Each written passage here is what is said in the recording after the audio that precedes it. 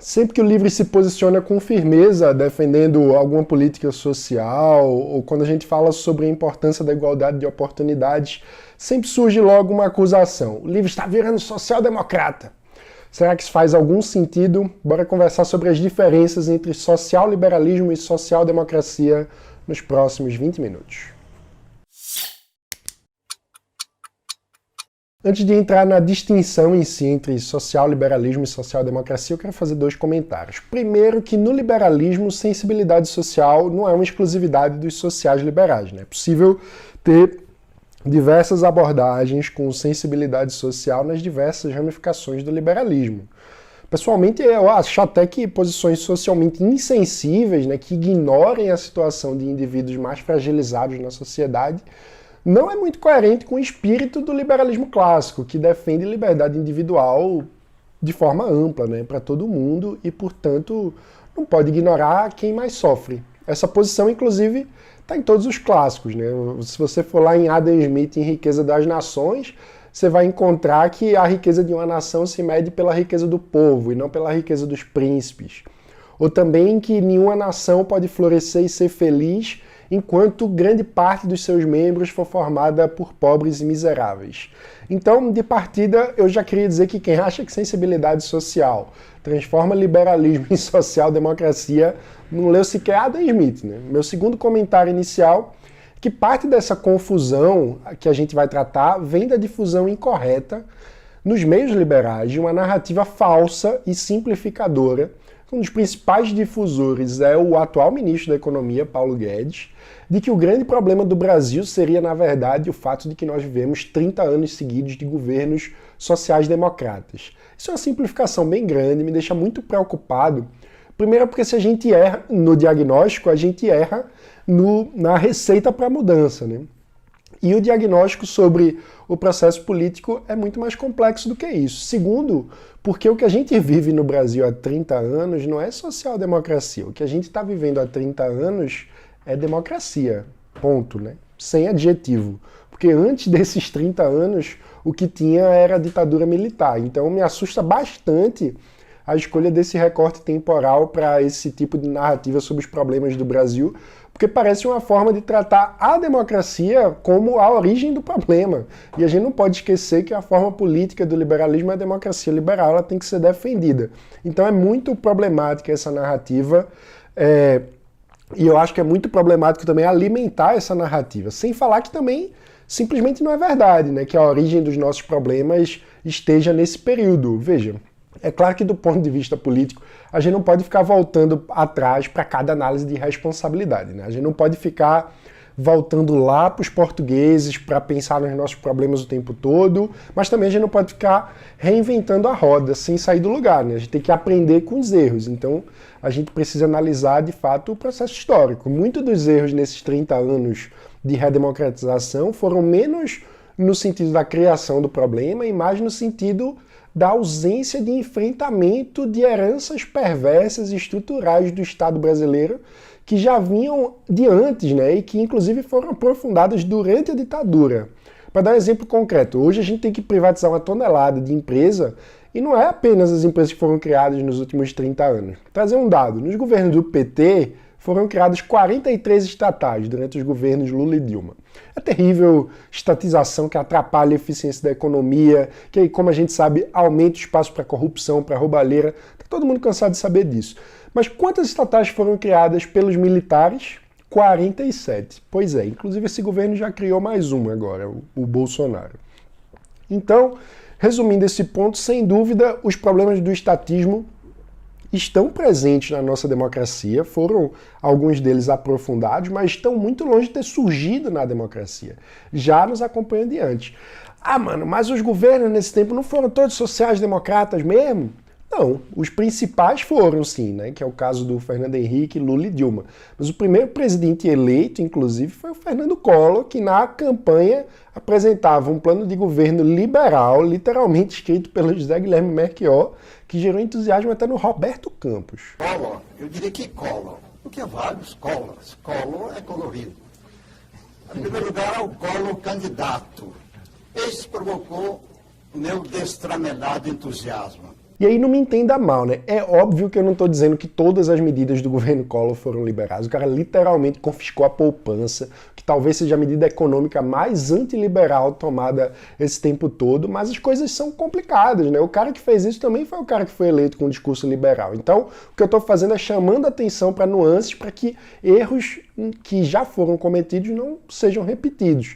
E se a análise sobre os 30 anos fosse sobre equipe econômica, aí a lista de liberais era muito mais extensa, né? Paulo Guedes está longe de ser o primeiro liberal a sentar ali na cadeira, como ele gosta de dar a entender. Houve liberais integrando literalmente todos os governos desde a redemocratização, mas isso renderia um outro vídeo, então fica para outro dia. Vamos retomar o ponto.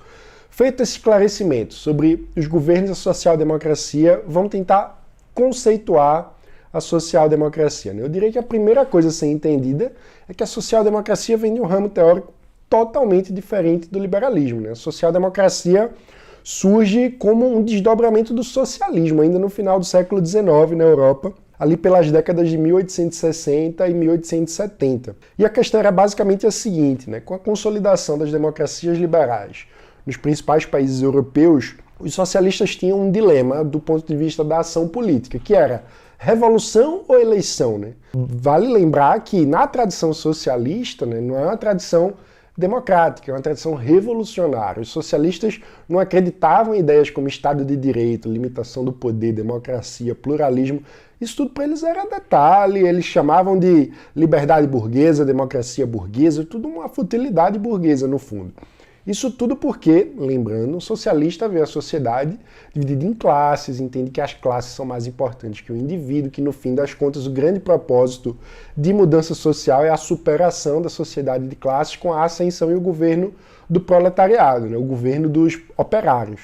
Mas mesmo acreditando em tudo isso, eles se viram diante daquele dilema imposto pela realidade. Eles não acreditavam exatamente na democracia, mas a democracia estava ali estendendo a mão, convocando para participar politicamente. Então, teve um racha na época entre os socialistas, aqueles que queriam continuar uma busca por revolução e os que resolveram aceitar o batismo da democracia e tentar atuar por dentro das instituições, disputando eleição, formulando programas de governo concretos. E à medida em que surge esse ramo da esquerda socialista que aceita a democracia, o discurso de esquerda ganha aí certa aderência, esses grupos crescem com representatividade no parlamento, começam a conquistar governos e com o tempo o dilema passa a ser ainda mais prático, né? Porque não é mais agora só a disputa eleitoral, mas a prática de governo. E a questão passa a ser, o que é que vale mais a pena? A gente vai construir o socialismo, a gente vai estatizar tudo ou a gente quer ter resultado, quer melhorar a vida da classe trabalhadora, né? Ou seja, a gente está falando aí do desenvolvimento de um grupo ideológico que ao chegar no poder percebe que para atingir seus objetivos uma canetada não basta, né? Até porque, como a gente sabe, agentes políticos querem expandir seu poder, querem vencer a próxima eleição, e para vencer a próxima eleição não adianta só criar lei, né? É preciso criar uma percepção de valor para o seu eleitorado. Então, basicamente, os social-democratas são a esquerda que entendeu que para melhorar a vida da classe trabalhadora é preciso ter crescimento econômico. A lógica é, vamos fazer o que for preciso para a economia crescer, então a gente arrecada impostos, e aí pode usar esses impostos para financiar a expansão do Estado rumo ao socialismo, que seria, no final das contas, essa sociedade sem classes, né, onde o Estado prevê condições igualitárias para todas as pessoas. Ou seja, os sociais-democratas são socialistas, digamos assim, domesticados pela democracia, né? São socialistas que abrem mão dos dogmas da revolução, que aceitam o batismo da democracia e decidem então que vão tentar reformar o capitalismo por dentro das instituições da democracia burguesa, como eles chamam. Inclusive, do ponto de vista histórico, os grandes partidos sociais-democratas no mundo, todos eles têm uma origem social que é altamente ligada aos sindicatos, né? Em geral, essa trajetória envolve um início que tem um discurso radicalizado e que aos poucos vai se moderando, aceitando os pressupostos da democracia e, do ponto de vista econômico, vai fazendo concessões cada vez maiores à economia de mercado. Mas veja só, a tendência nesse caso é basicamente o seguinte: o social-democrata ele tem uma premissa crítica ao capitalismo e passa a defender uma reforma do capitalismo. Então, tem uma aceitação da economia de mercado como uma coisa meio a contragosto, né? Que tem que ser sempre mediada e regulada pelo Estado. A social-democracia moderna, então, aceita privatizar algumas empresas, mas com forte regulação. O raciocínio vai mais no sentido de uma concessão pragmática, né? Dado que o Estado não consegue tomar conta de tudo, que na cabeça dele seria o ideal, então vamos abrir mão disso e privatizar. Feita essa digressão histórica, acho que vale analisar essa tendência nos principais partidos social-democratas do Brasil, que são o PT e o PSDB. O PT é o partido que realmente tem uma origem sindical, né? Cumpre todo o script dos partidos social-democratas tradicionais da Europa. Só que o PT também não é exclusivamente social-democrata, né? Dentro do PT tem muitas correntes ainda socialistas que, para usar a expressão do Eduardo Jorge, não aceitaram o batismo da democracia, né? Então tem aquele PT mais palocista, que é um social-democrata, mas tem o PT que faz live com Maduro, que enfim, que não é social-democrata, né? Que é socialista no sentido mais velho do termo. Já o PSDB é o partido que nasce do desejo idealizado dos intelectuais da USP que admiravam a social-democracia europeia, mas que não tinham bases concretas nos sindicatos, né, como tinha o PT. Em tese, então, o que faria mais sentido, assim, se a gente fosse olhar de um ponto de vista puramente ideológico lá décadas atrás, seria uma união aí entre essa ala moderada do PT, social-democrata, e os intelectuais da USP que fizeram o PSDB. Mas a verdade é que a gente sabe nomes de partido no Brasil, no fim das contas, nunca importaram tanto assim, né? Roberto Campos brincava que o PT era o partido dos trabalhadores que não trabalham. Também dá para dizer que o PSDB é o partido da social-democracia sem sindicalista, o PSL é o partido social-liberal que não tem social nem liberal, o PL não tem liberais, enfim. Deixando as questões partidárias de lado e já tendo falado então da social-democracia, vamos falar um pouco do social-liberalismo, né? A social-democracia, lembrando, vem do socialismo, faz concessões ao liberalismo. E vale lembrar, a maior das concessões é a própria democracia liberal, né? Porque é a mais ampla aí do ponto de vista do sistema político como um todo.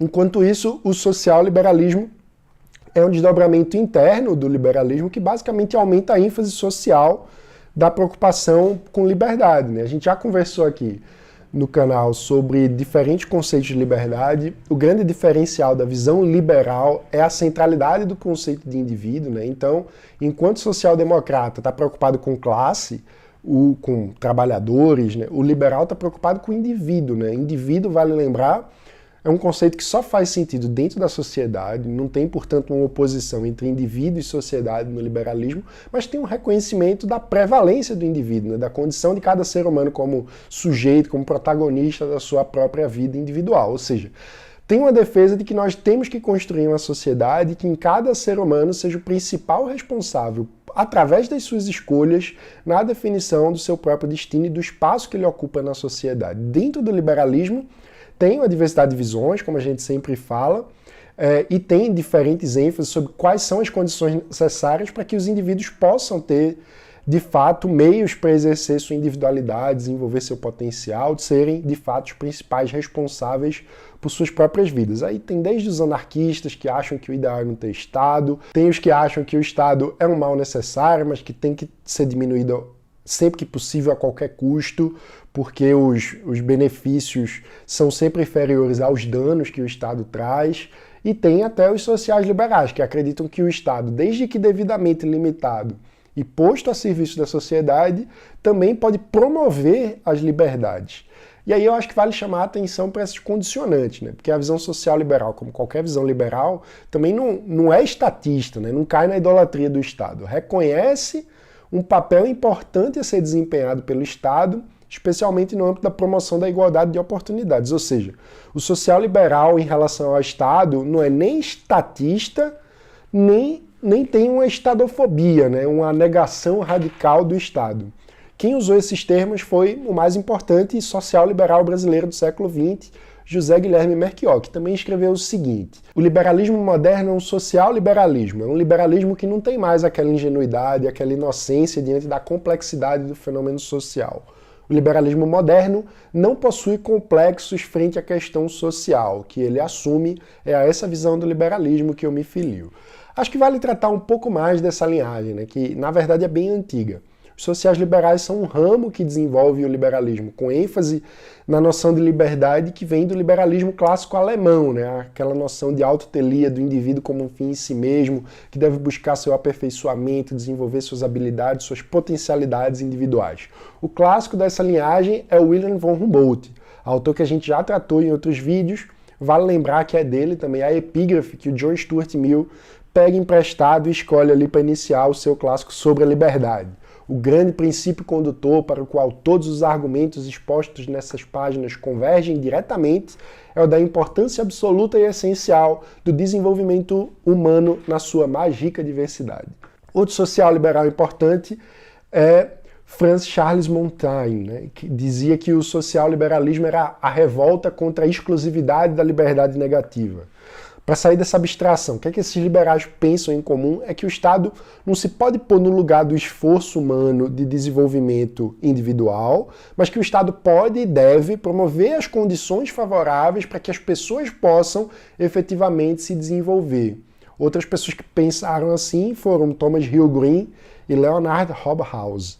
O que seriam essas condições no fim das contas, né? Basicamente, em geral, é a garantia de acesso à educação e saúde, e o que quer dizer um Estado um pouco maior do que aquela versão do Estado guarda noturno, digamos assim, né? Mas que é extremamente menor também do que o Estado brasileiro em qualquer época, né? Lembrando, como a gente sempre diz, que saúde e educação pública não necessariamente é sinônimo de saúde e educação estatal. E isso também é verdade no caso do pensamento desses autores. Mas voltando então à comparação, a gente pode dizer que os sociais-democratas partem de uma visão socialista de um Estado provedor e aceitam, com a concessão pragmática, a ação criadora do mercado.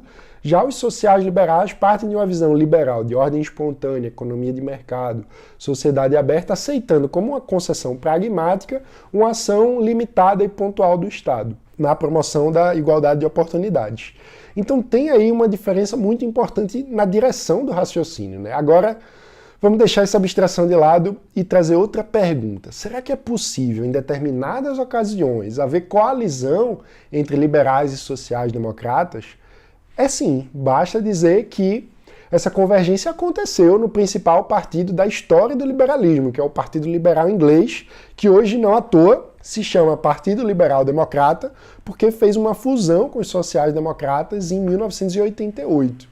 Essa coalizão também já aconteceu no Brasil, né? Quando Fernando Henrique Cardoso foi presidente, ele teve como vice na sua chapa e durante os 8 anos de governo um social-liberal declarado, que é o Marco Maciel, um personagem extremamente complexo, apoiou a ditadura militar, teve contradições muito importantes na sua trajetória, mas é uma figura histórica que merece muito respeito, teve um papel importante na redemocratização e é tido por todo mundo como um vice-presidente exemplar, e ele era claramente um social-liberal, né? Basta ler os seus discursos, onde inclusive ele fazia referência a liberais alemães que até hoje são muito pouco conhecidos no Brasil.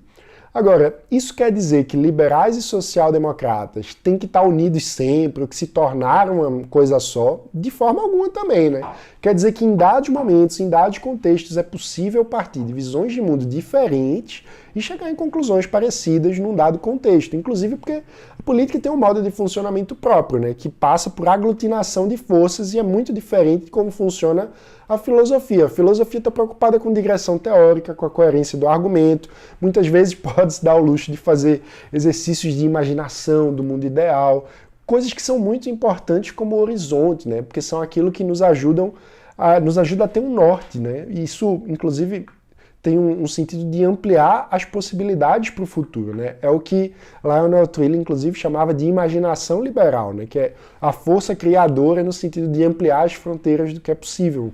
Não deixa de ser uma manifestação importante da liberdade humana para ampliar nossos horizontes, né? Mas a política mesmo é a arte do possível, né? Está preocupada com a agenda concreta de política pública, que, vale lembrar, num sistema democrático, sempre ocorre com concessões e negociações, um diálogo conjunto com as forças da sociedade, porque ninguém deve ter poder suficiente numa democracia para impor sua agenda completamente, né? Essa é uma das maravilhas da democracia liberal. Como ninguém é dono da verdade, a gente tem que ter muito diálogo e moderação na hora de tomar decisões que dizem respeito à coisa pública, né? Aquilo que diz respeito a todos nós. E nesse sentido, obviamente, também pode haver, muitas vezes, união entre liberais e outros grupos, como conservadores, como houve com Margaret Thatcher no Reino Unido, ou até mesmo a união entre liberais e socialistas, a depender da pauta, né? A verdade é que em política, coalizões são necessariamente móveis, se formam de acordo com cada situação específica. O importante no nosso caso, agora falando do contexto do Livros como associação civil que defende os valores liberais e como movimento político que tenta influenciar os rumos da política em direção ao mundo mais livre, é que a nossa atuação tem que ser sempre pautada pelos nossos valores de liberdade, né? Pra gente, muito mais importante do que saber quem vai concordar ou não a priori com a gente em cada pauta, é se a pauta específica, diante do contexto que nos cerca, da realidade concreta que a gente vive, atrapalha a liberdade, e aí a gente tem que combater e ser adversário de quem estiver apoiando, ou se a pauta ajuda a ampliar a liberdade em relação a onde nós estamos hoje, né? Não somente no mundo ideal, mas em relação a onde a gente está hoje. Essa pauta avança ou não? Se avançar, aí a gente tem que apoiar a pauta e, naturalmente, vai ser aliado de quem tiver naquele momento também apoiando o seu avanço.